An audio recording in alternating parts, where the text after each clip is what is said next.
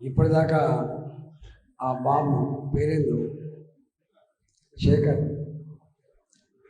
మేధా సంపత్తికి త్యాగానికి, మట్టి మేధా సంపత్తి కాదు త్యాగానికి కూడా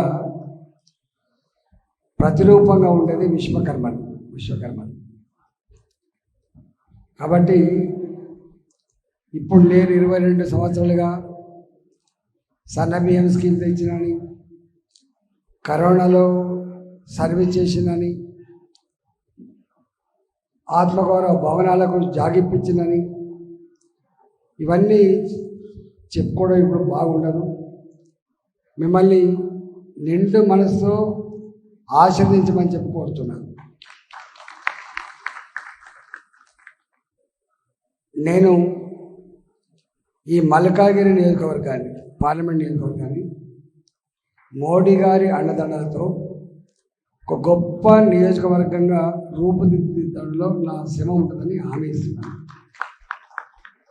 మూడవది, నాకు 2 విద్యలు వస్తాయి. ఒక విద్య కొట్లాడు, ఒక విద్య ఏదైనా అధికారం వస్తే ప్రజలకింత సేవ చేసేటువంటి పని చేస్తే తప్ప ఇంకోటి చేయదు. ఎమ్మెల్యే పదవులు, అధికారం అనేది సొంత అవసరాల కోసం రాదు.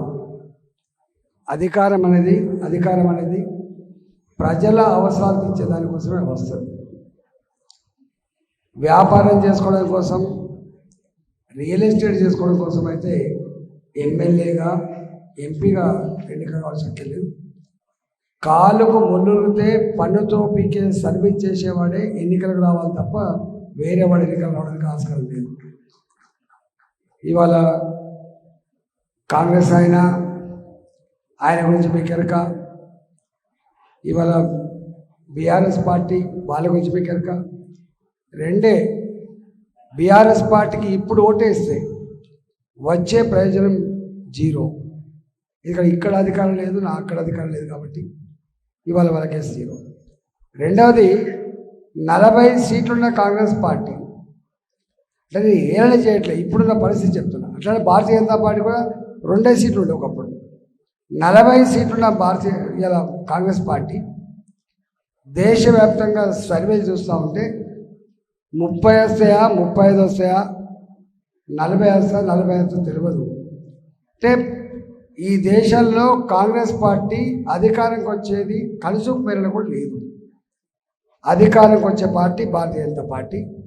ప్రధానమంత్రి మళ్ళీ 3వసారి అయ్యేది నరేంద్ర మోడీ గారే. కాబట్టి ఇవాళ వీళ్ళు అప్పుడప్పుడు చెప్తారు కదా, అధికారం ఉన్న పార్టీకి ఓటేస్తే లాభం తప్ప అధికారం లేని పార్టీకి ఓటేస్తే అది వాల్యూ లేదు. కాబట్టి ఇవాళ ఢిల్లీలో ఉండేది మోడీ గారు, మల్కాగిరిలో ఉండేది నన్ను పెట్టుకుంటే తప్పకుండా ఇలా ఐటీ హబ్ కావచ్చు, ఇండస్ట్రీస్ కావచ్చు, లేదా ఇన్ఫ్రాస్ట్రక్చర్ డెవలప్మెంట్ కావచ్చు, ప్రజలకి అన్ని రకాల సౌకర్యాలు కల్పించడానికి నేను మీకు అండగా ఉంటా అని చెప్పి హామీ ఇస్తూ, రేవంత్ రెడ్డికి మొన్ననే ఓట్లేసి గెలిపించింది.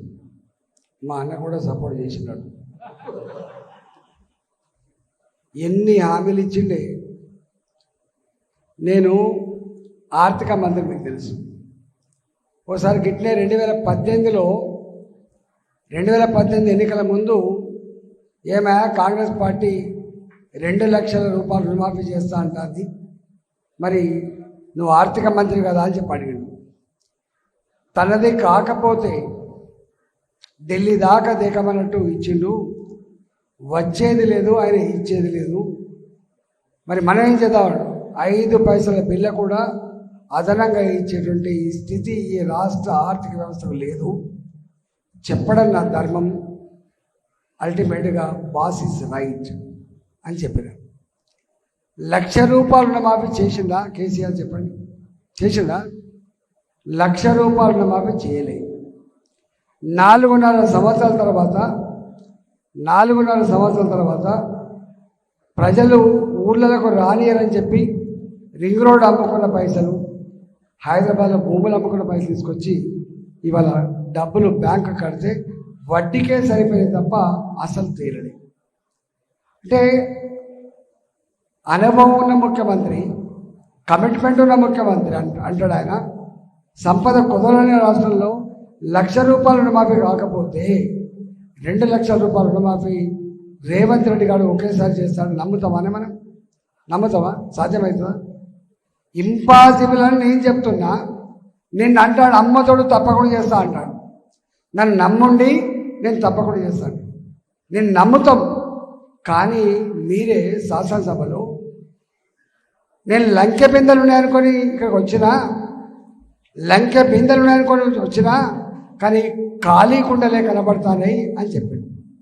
మరి ఖాళీ కుండలు తెలంగాణలో నా ఆడబిడ్డలకు 2,500 రూపాయలు నెలలకి ఎట్లా ఇస్తావు? ఇప్పుడు ఆపరేషన్ లేకుండానే మోకాళ్లకు ప్లాస్మా ట్రీట్మెంట్. మీ ఆర్థోపెటిక్ సమస్యలన్నిటికీ రోబోటిక్ టెక్నాలజీ ద్వారా తక్కువ ఖర్చుతో శాశ్వత పరిష్కారం. Free consultation. ప్రతి ట్రీట్మెంట్ పై 20% డిస్కౌంట్. ఈ ఆఫర్ కొద్ది రోజులు మాత్రమే. త్వరపడండి. V9 hospitals 9281465842.